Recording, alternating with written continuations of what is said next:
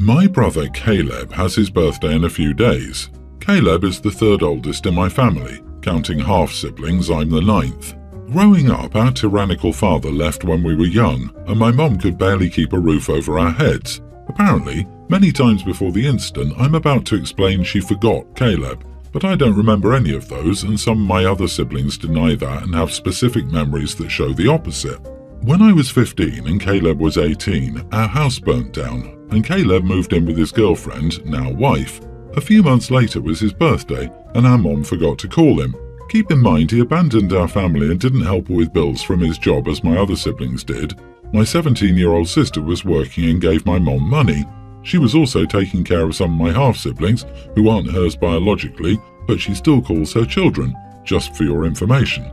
Mom was living in her oldest child's basement while caring for 6 underage children.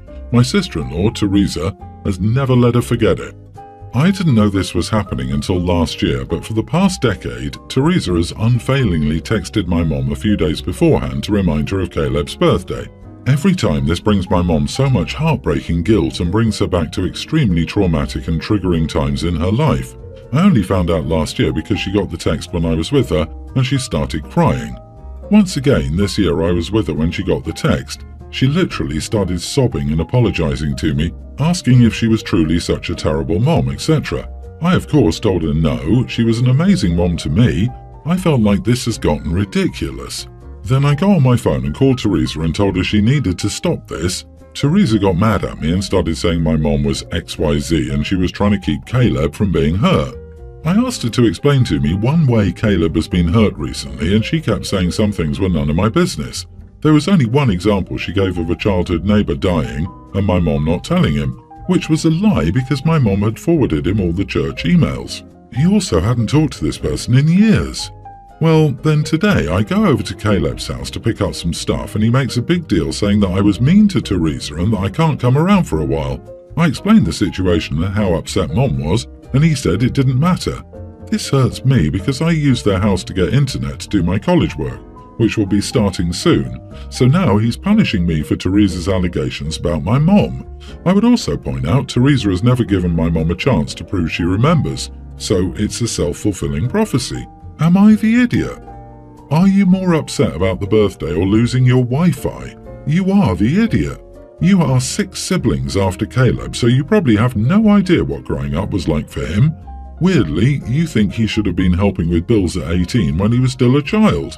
Your sister-in-law is trying to protect her husband, who experienced some neglect as a child. If your mom carries a lot of guilt about that time, she may address that in therapy. Thank goodness Caleb has someone that truly loves and supports him. I also find it a huge stretch to say abandon your family after the fire. If anything, he created more space in the basement for your mom and her 6 underage children. He might not have been able to contribute financially, and even if he was, he's not obligated to do so just because your mom had many kids to feed and take care of. I don't blame the mother for being hurt by being reminded every single year. She forgets once. When she had a ton on her plate, it happened years ago. If someone held a mistake I made years ago over my head, I'd also get upset. The mother did the best with the crappy hand she was dealt, and to be reminded, without having the chance to prove she doesn't need the reminder, is just throwing all her extra hard work back in her face. She's also probably dealing with a lot mentally. I go with everyone's the idiot here, except the mother. She went through a living nightmare, returned to provide for her children, and made a few mistakes. All parents do. I may get downvoted, but I think the only real idiot here is the father. Yes, the mum is wrong for causing her son to feel neglected, but it wasn't done intentionally. Because their father abandoned their family, the mum is now a single mum to a bunch of kids, some that aren't even her own.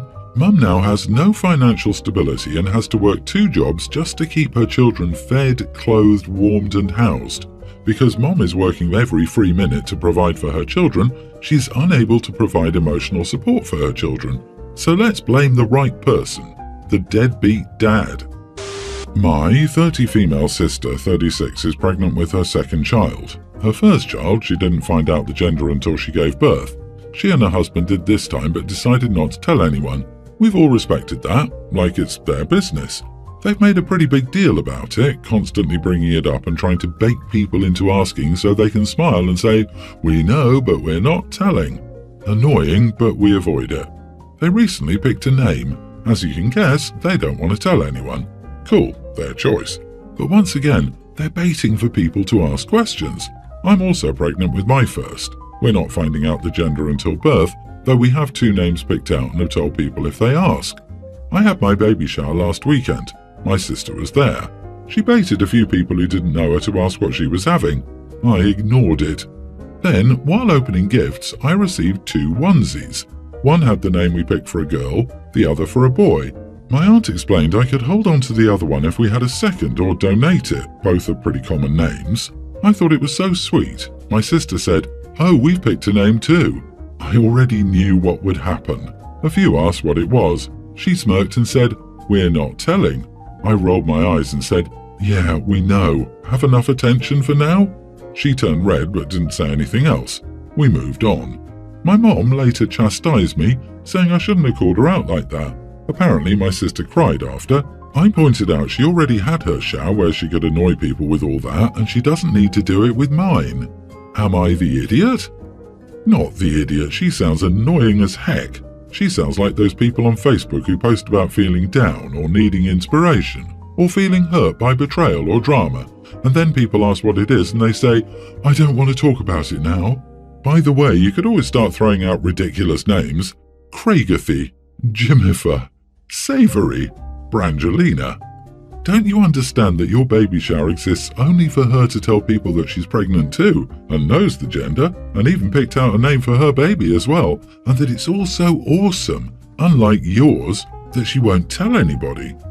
Oh man, your baby will always be in competition with her baby, and if your sister is the golden child, you and your child will never win.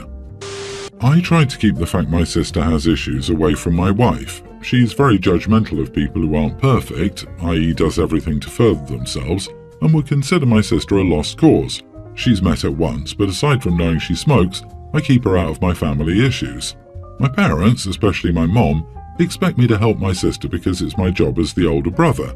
I set her up with an apartment that I paid for, and food, and just expected her to get sober and find a job. She trashed the floor, and I had to pay $6,000 in damages because I co-signed, and I didn't want it to go on my record. I got a $5,000 in dental work and other medical bills. Financially, I have no money of my own as the joint account can't be touched. Now my sister says she wants to go to rehab. I'm hoping against hope this will fix her addiction, but it might take more than once to do it. It costs $30,000 for 6 months and I don't have the money. My mom is pressuring me to pay for it, and I have no choice but to go to my wife and ask to borrow against the joint account. She demands to know where it's going, and I said my sister needs help, and she won't budge because we have separate accounts for a reason. Finally, I tell her about the rehab costs and how I don't have a penny left in my own savings or checking, and she throws a fit for not telling her and refuses to allow a dime to go to it. It's half my money in there, so I should be able to take out my half, but the prenup says I can't take it out without my wife's approval, which she won't give. She says I'm choosing my sister over her and our son, and if it continues, she will leave. I think she needs to understand she's my sister, and yes, she hasn't made good choices, but I need to help her. Also, we have savings, and we're well off enough it feels like she's being selfish. You are the idiot. Also, dude, stop enabling your sister. Do you know why? You will kill her if you do this. My mom enabled my brother repeatedly. I told her to stop, counselors told her to stop, and now he's dead because of it. Regardless of your wife's opinions about these kinds of people, she should have been told what was going on with your sister from the beginning of the relationship, and that helping her out financially was put on your shoulders. It shouldn't be because your parents should be helping her or the government should be, but that's a moot point.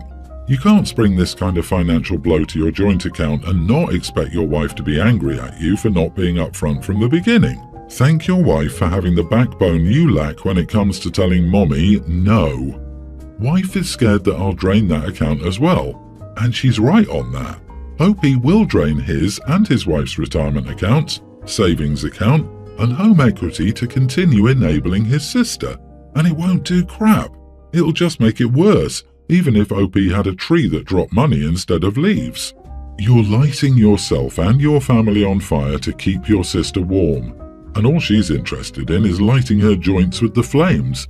Your wife should divorce you for lying.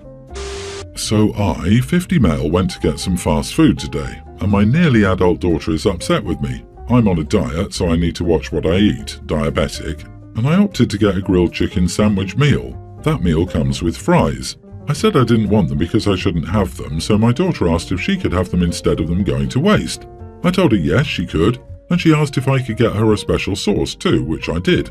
When I got in the car, I only wanted a few just for on the road, so I ate about maybe 4 or 5 of the large waffle fries in the carton but left her a solid 1/3 of the rest. When I showed up and handed her the bag with her portion of fries, she was visibly disappointed and accused me of being the idiot because they were hers. She specifically requested, and I shouldn't have eaten them. She said there were barely any in there. I checked and there were a good 2 or 3 big fries with the rest being crumbled a bit. Am I the idiot here? Edit. Also, I didn't offer to go back and get more only because it's such a long drive away and I didn't feel like I had to, given that they came with my meal in the first place. Let me get this straight. You bought her 3 French fries and wonder why she thinks you're an idiot? Of course you're the idiot. If you tell someone they can have something, give it to them. You didn't say she could have the rest of your fries. You said she could have them. Go get your daughter an actual order of fries. 3 fries, the audacity. I would cry if someone did that to me. What kind of dad eats his daughter's fries and doesn't even look in her eyes? Daddy, there were tears there. If you saw them, would you even care? Would you be disappointed if I offered you $100 and then only gave you $33? You ate the fries, leaving your daughter 2 or 3 good fries and some crumbs. They did come with your meal, but you offered them to your daughter and then you ate them yourself. Dude, if you wanted fries, get some damn fries and don't offer them to your daughter. Having her assume that it would be her meal, then eat them all, leaving her hungry. She's mad at you because you lied to her, not because you ate the fries. My daughter graduated high school this year and we plan to throw her a party. My husband's sister asked if we could do a joint party for my daughter and her daughter because they were both graduating high school, and my sister-in-law lives in a studio apartment and has no money. She doesn't have custody of her kids, so we accommodated the date she needed. We planned and picked the date 4 months in advance. She never told her ex about the date of the party, and then it turns out my niece is going to be going to another country on the date of the party. We find this out 2 weeks before the party. Invitations have been mailed, people have responded, the caterer is booked, and things are in motion. Come to find out, my sister-in-law knew she was going on this trip, but couldn't remember the dates and never bothered to check, or ask her ex, or tell her ex when the party was. She asked us to change the party day and we said no, as everything had already been done and many people had responded to coming for my daughter, and we also wouldn't have a free weekend again before she left for college.